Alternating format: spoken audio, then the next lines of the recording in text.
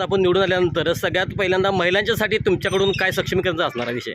महिलांसाठी आम्हाला शिक्षणबाबत असू दे, नोकरीबाबत असू दे, आम्ही एक ग्रामीण भाग आहे आमचा, त्याच्यामध्ये आपण बघायला गेलं तर महिलांना शिक्षणाचं म्हणजे काही नाही आहे, नॉलेज नाही, काहीच नाही, शिक्षण नाही आहे. शिक्षण आम्हाला त्यांचं शिक्षणासाठी काहीतरी करायचं आहे, नोकरीबाबत काहीतरी करायचं आहे. महिला पण पुढे गेल्या पाहिजे. जेव्हा आपण महिलांना पुढे घेऊन जातो ना तेव्हा आपला देश पुढे जातो. आम्हाला प्राधान्याने करायचे की जयसिंगपूर नगरपालिका शाळांची झालेली दुरावस्था थांबवण्यासाठी प्राधान्यानं नगरपालिका शाळा अतिशय चांगल्या करणं हा आमचा प्रमुख अजेंडा असणार आहे की गोरगरीब विद्यार्थ्यांना शिक्षण घेणं अतिशय अवघड झालेलं आहे. तर अशी मुलं, गोरगरिबांची मुलं शाळाबाह्य होतील अशी भीती वाटायला लागल्यामुळं नगरपालिका शाळा सक्षमीकरण करणं, महिला सुरक्षेसाठी संपूर्ण जयसिंगपूर शहरामध्ये CCTV कॅमेरे बसवणं. आज बघतोय आपण की महिलांच्या गळ्यातले मंगळसूत्र गाडीवरनं घेऊन चोरून जाण्याचे प्रकार व्हायला लागलेले आहेत. तर ते थांबवण्यासाठी CCTV कॅमेरे बसवणं, त्याचबरोबर घरपोच नगरपालिकांचे दाखले पोचवणं आणि सगळ्यात महत्त्वाचा, माझ्यासाठी अतिशय महत्त्वाचा कुठला प्रश्न असेल तर गोरगरीब लोकांना